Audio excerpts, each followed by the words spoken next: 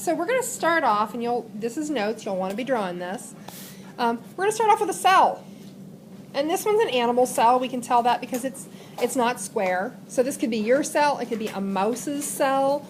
It could be a cell from a blue whale. It could be a cell from any kind of animal life. And we know it's not a plant because it's more rounded, it's not square, and it doesn't have a cell wall. We have a cell. We haven't talked about cells yet. We're going to do that later. We're sort of doing some of this in reverse order. But you've talked about cells at some point. You know that there's an outside barrier. There's a cell membrane. And there's a nucleus in a cell like yours, in a eukaryote cell. So this is different than a bacterial cell. Cell wall. And it's got a nucleus. It's actually got this little structure in the cell that contains something. Do you know what it contains? You probably did cell stuff somewhere in middle school. Any memory of this? It's really important stuff. Okay, so there we've got a fairly ugly picture of some DNA. It's not all that pretty, but that's okay. DNA is actually stored in the nucleus. You remember when we said that DNA was a long molecule? It's a macromolecule. Macro means what? Macro means big or small? Big. Micro means small, macro means big. So this is a macromolecule. And it's really long. Okay. Really, really long. So as a metaphor, we can think about a pile of yarn. Because DNA is really, really long. It's this long, stringy macromolecule. And it's kind of awkward. Has anybody here ever had to wind up garden hose? Okay. Or any kind of, or like extension cords, or, you know, a hose for something. Something that's really, really long and really big and really awkward. Is it easy to carry around? No. It's actually rather cumbersome. It's rather difficult to move around. Now, your DNA is all housed in the nucleus. DNA lives here. DNA all hangs out down in the nucleus. And that nucleus has these little tiny pores. Do you know what a pore is? Okay, what's a pore on a body? What is it, Tyler? It's a tiny little hole. You've got pores in your skin. If you look at your skin closely, you'll see that you're sort of perforated. There are these little teeny tiny holes. Well, the nucleus has got, these are actually called nuclear pores. These are called nuclear pores, and they're little holes in the surface of the nucleus. Okay. Well, I'm going to borrow this nucleus with all its attendant little nuclear pores, if I can do that.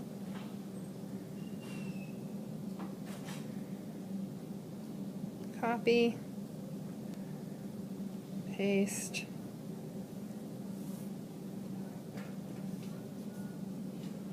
Actually, what I should do is expand this.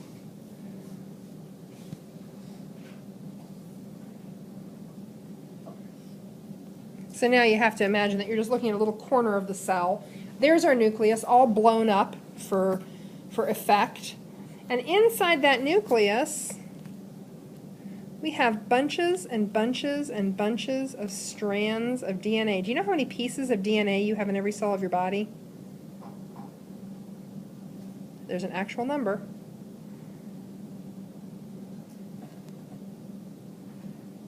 There's a little piece of DNA. I made it really small. But remember, these things are crazy long. There are 46 pieces of DNA in every cell in your body. 46 long spaghetti strands, continuous. And they're awkward. They're cumbersome to carry around. So the nucleus is where the DNA is stored. But what is DNA used for? It's not just a pretty face. It's not just a pretty molecule. What does it actually do? If you think back to the first video you watched, DNA codes for RNA, which codes for protein. And you are made of protein. You are made of proteins. Proteins are why your hair is curly or straight. Proteins is why your eyes are blue or brown or green. Protein is why your blood clots when you get a cut. Protein is responsible for all these things in your body. So proteins aren't built in the nucleus. Does anybody remember where they're built? They're built out in the cytoplasm. And we talked a little bit about cytoplasm earlier. Cytoplasm is all the stuff in a cell that isn't the nucleus or the organelles. It's the gooey, watery stuff. It's the juice. Sounds kind of gross when you put it that way. Cytoplasm is the cell juice. Imagine clear jelly. It's basically what it is. This jelly stuff. And in the cytoplasm are these little tiny things called ribosomes. And they are tiny. And there are lots of them in any given cell. I'm not even pointing them all out. They're just these tiny little speck sort of things. And do you remember what ribosomes do?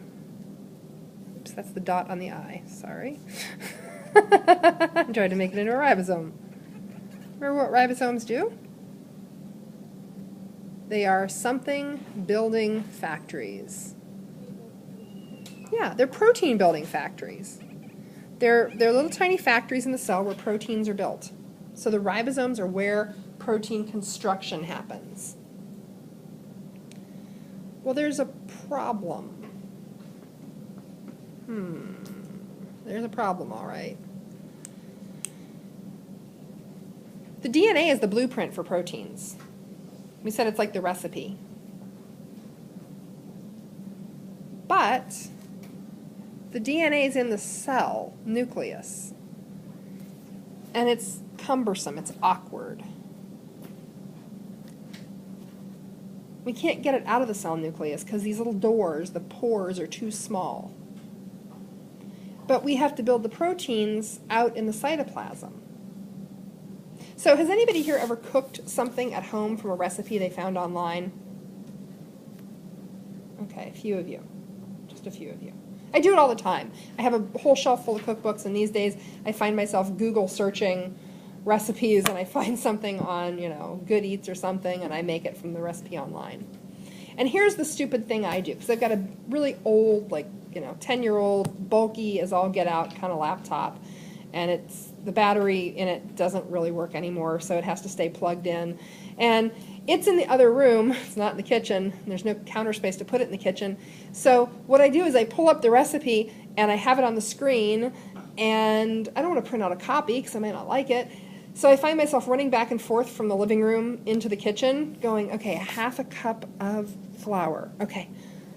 And then I forget the next 2 ingredients, and I run back to the living room, and I have to, okay, that was 3 tablespoons of butter, okay. And I go back in the kitchen, and then I run back to the living room, and I look at the computer, and it's really pretty stupid. And it's much easier if I can jot down the ingredients on a slip of paper and carry it into the kitchen with me. That would make my life much simpler, if I could just take the instructions with me. Well, that's the same problem that we're faced with here. We have a recipe for building a protein, but the recipe has to stay in the nucleus. And we're doing the building, we're doing the cooking, in essence, out in the cytoplasm.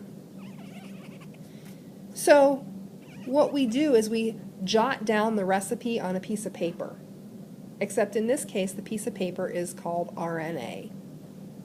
So what we do, okay, so we've got our DNA in the nucleus, and what we need to do is somehow sort of transcribe, and I'm going to write that word down.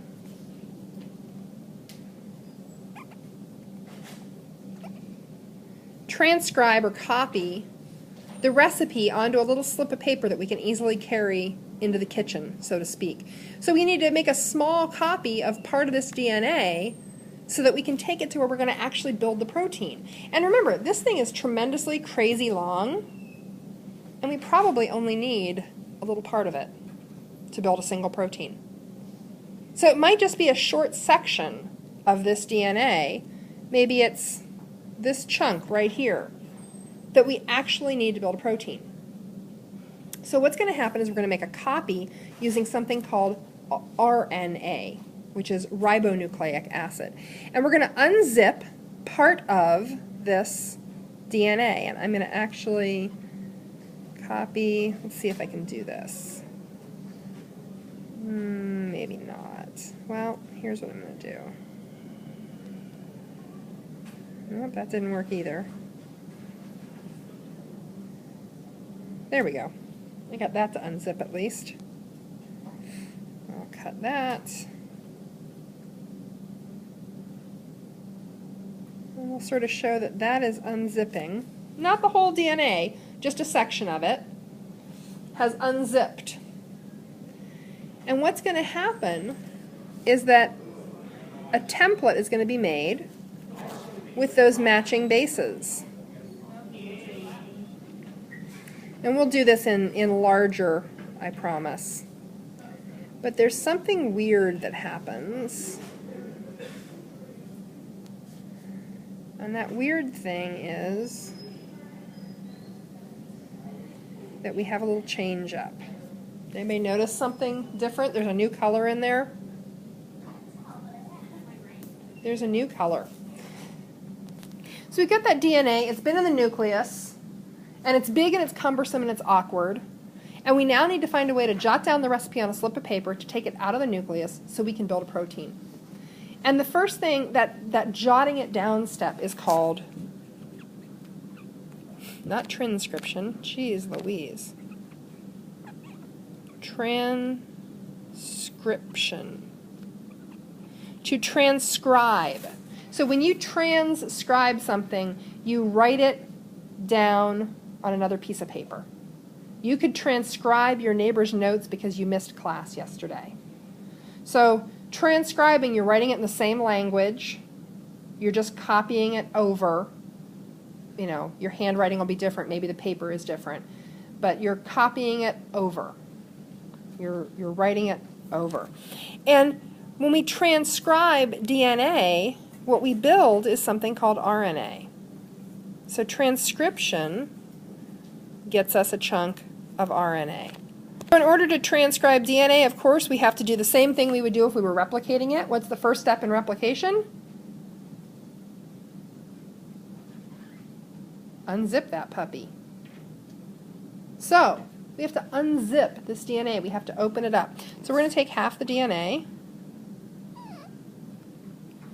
and we're going to move it over here.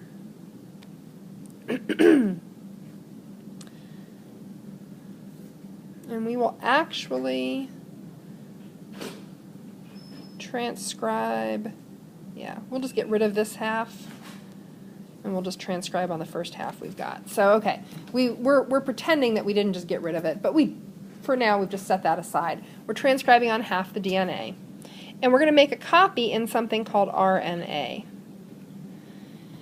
And in RNA, it's only one-sided. So DNA is a double-sided ladder. RNA is a ladder that's been cut in half. So we have the same kind of backbone, and I should change the color a little bit to indicate that it's a little bit different. We'll make it gray. So it's a slightly different chemical backbone, but it's really similar. And we'll start right at the top. So when we're replicating DNA, A matches what?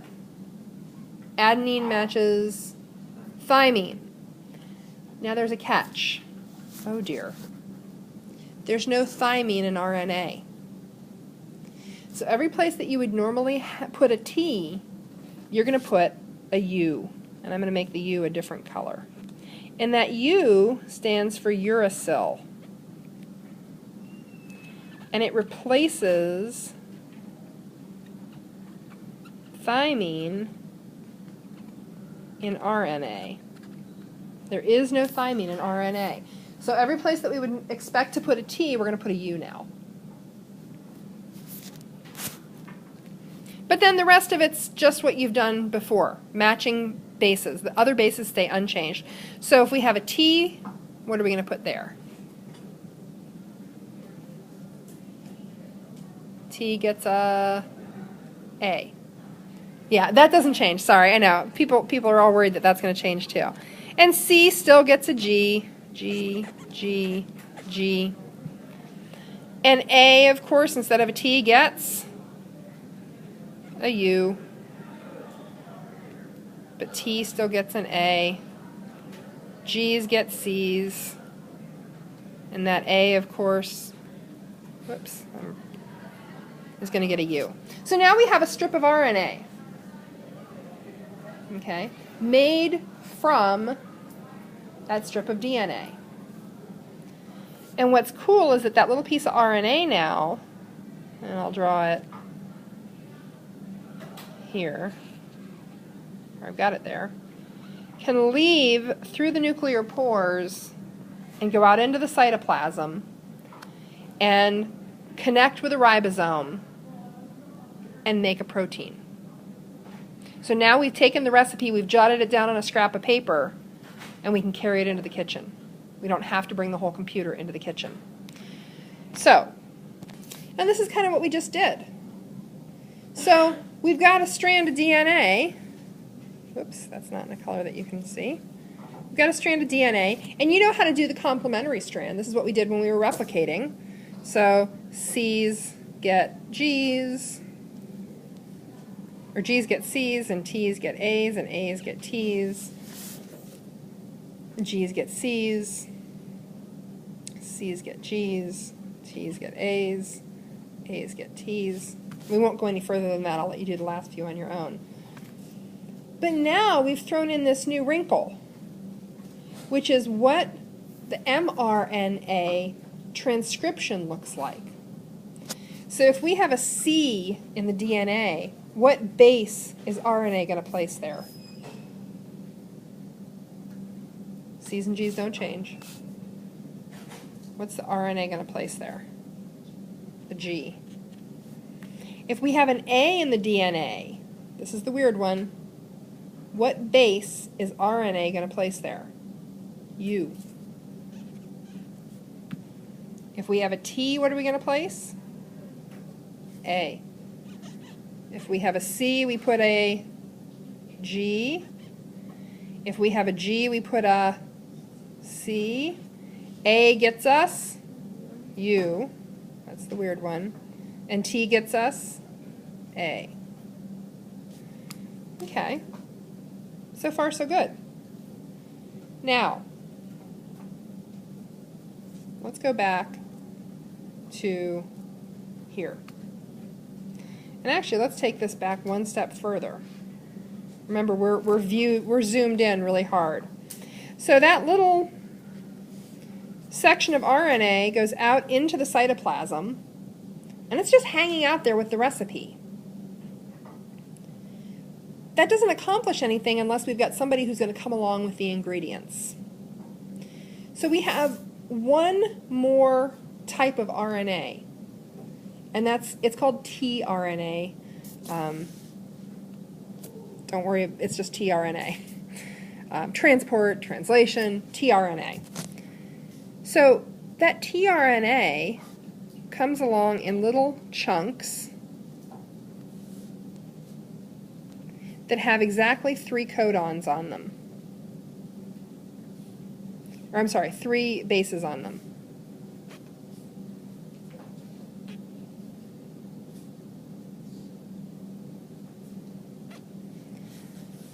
And we'll practice matching these up in a second. But these 3 bases code for a specific protein, or for an amino acid. And I'm going to make the amino acid some other color. We'll make it purple.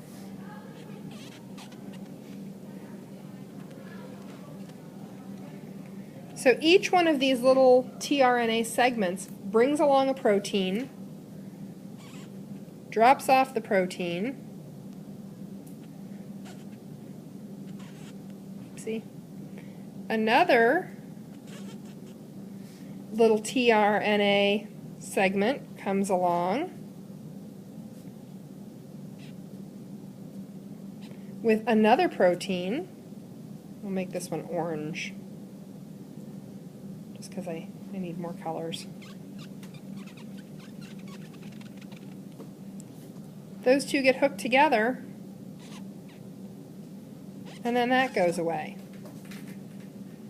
And when we start hooking amino acids together, we get a chain of them. We form proteins. So these are amino acids. They get hooked together. They form proteins.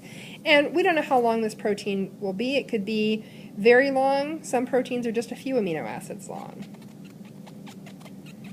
But the cell keeps hooking them together until it gets what it knows, until it's added all the ingredients for the recipe. So let's look at what the tRNA looks like. So we've got our DNA. We're going to get rid of this. Cut. So that step was transcription. We transcribed DNA into RNA.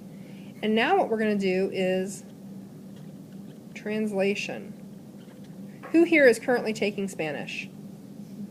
Who here has taken Spanish in the past? Is there anybody here who has not, because you guys do T-Rexing? Anybody here who's never taken a foreign language? Okay, a few of you have not yet. But you know what it means if I ask you to translate something into Spanish? What does it mean? Huh? Yeah. Take the words in English, put the Spanish words in a sentence instead. I can't translate anything into Spanish, but I can translate a few things into German. To translate means to actually change languages. So when we transcribed, when we did transcription, we just jotted down the same recipe. We didn't change anything. We changed uracil, but when we translate, we're actually going to go from RNA now to a protein. Okay? So transcription gets us from DNA to RNA. Translation gets us from RNA to a protein. I'm going to move that over a little bit. Make it shorten that up.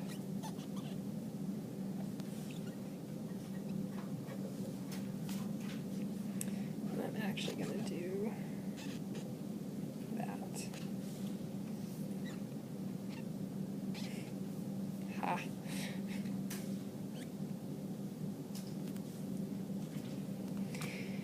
So when we put together a bunch of amino acids to get a protein, it happens in those little 3-part chunks that match up neatly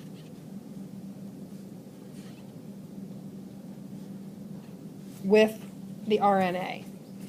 And those little tiny chunks of tRNA are carrying amino acids. Okay, so they are carrying amino acids. They go over to the ribosome. Check, is that a correct fit? We've got U to A to U, G to C. Is that correct? Yep. That means that this little piece of tRNA can go away. And we have an amino acid sitting there. We then get another little 3-part chunk.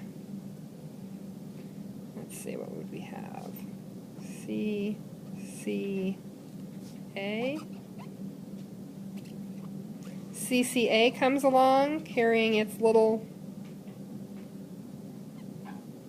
protein.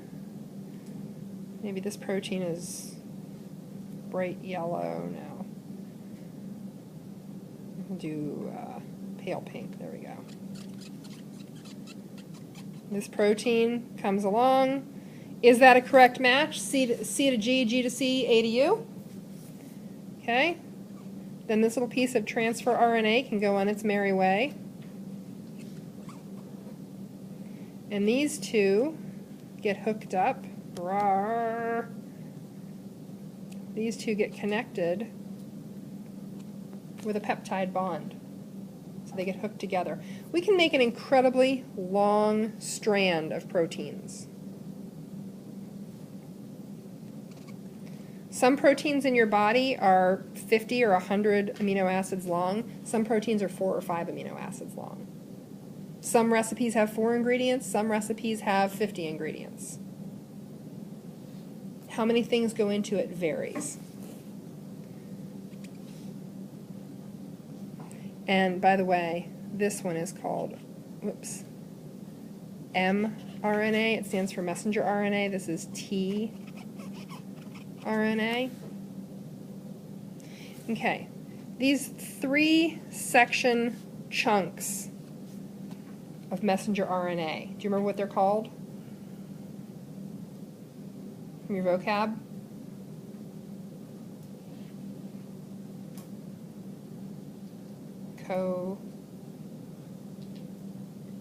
Codons. They're codons. These are codons. So that's codon, that's codon, that's a codon. Okay? Those are each a codon. The things that match them on the tRNA are their opposite, and they're called an anti-codon. Okay? So we have a codon and an anti-codon. It's important to know that the protein, the amino acid is actually coded for on the codon, not the anti. The anti just makes sure that it's matching well.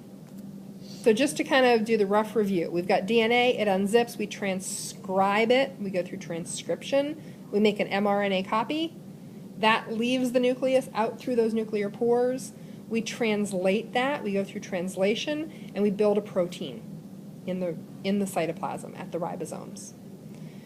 Seems pretty easy. What could possibly go wrong? Wasn't that the title of everything we did on Monday? What could possibly go wrong with DNA replication? Well, you can make a mistake copying DNA. What do we call that? Mutation. You can make a mistake transcribing from DNA to mRNA. Guess what we call that? A mutation. A mistake can happen anytime you have to copy something over. And you know this if you've ever copied, a note or copied something out of a book. You can make a mistake anytime you copy.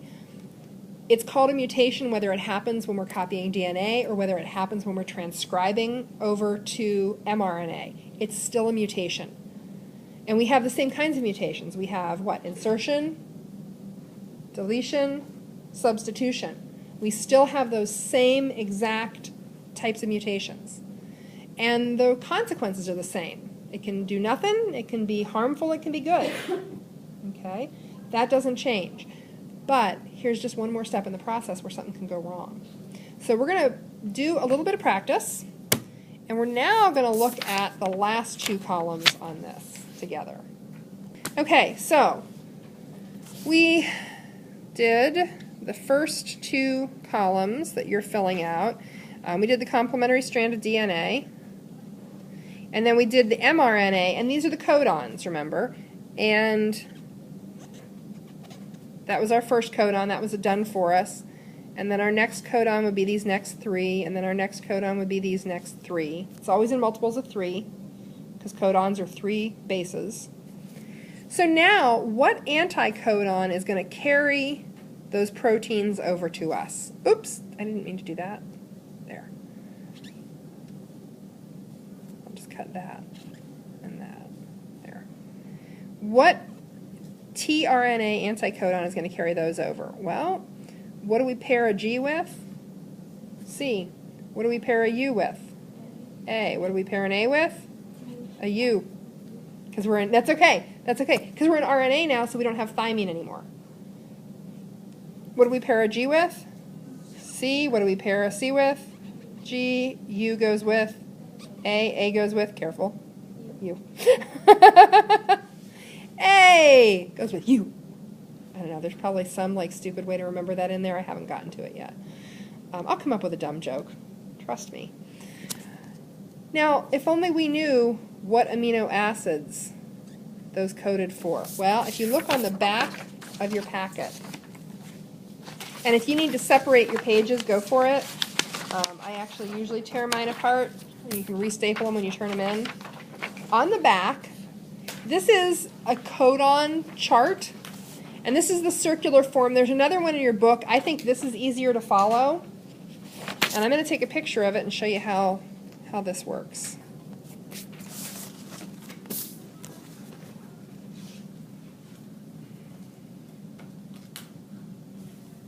Oops.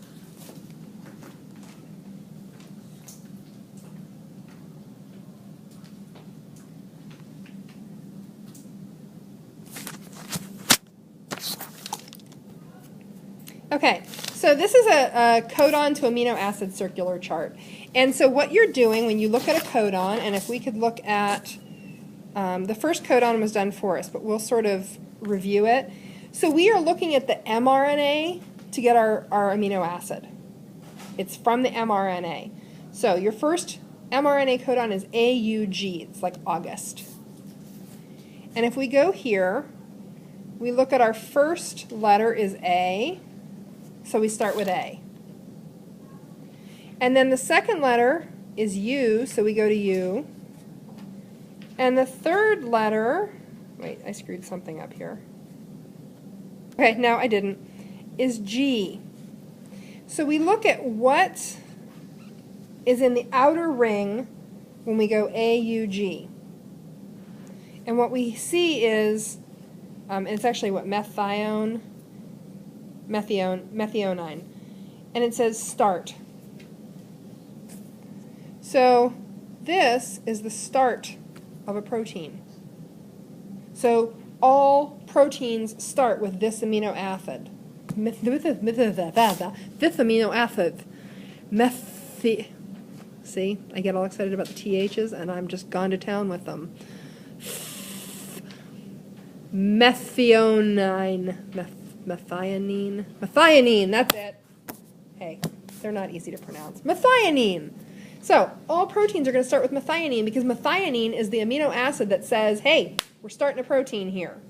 This is the green light. This is the start sign. You're always going to start with methionine. It is the start amino acid. Well, what's our next amino acid going to be? So we have GAU. So if we go to our chart, let me get rid of these guys. We're starting with G as our first base. And then it goes to A. And then it goes to U. Did I do that right? Nope, I didn't. I screwed it up. I read it wrong. G, U, A. Okay, so GUA gives us valine.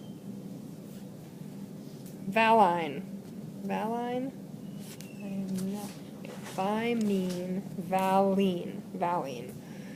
VAL is the abbreviation we usually use, and you can just use the abbreviations. VAL, valine.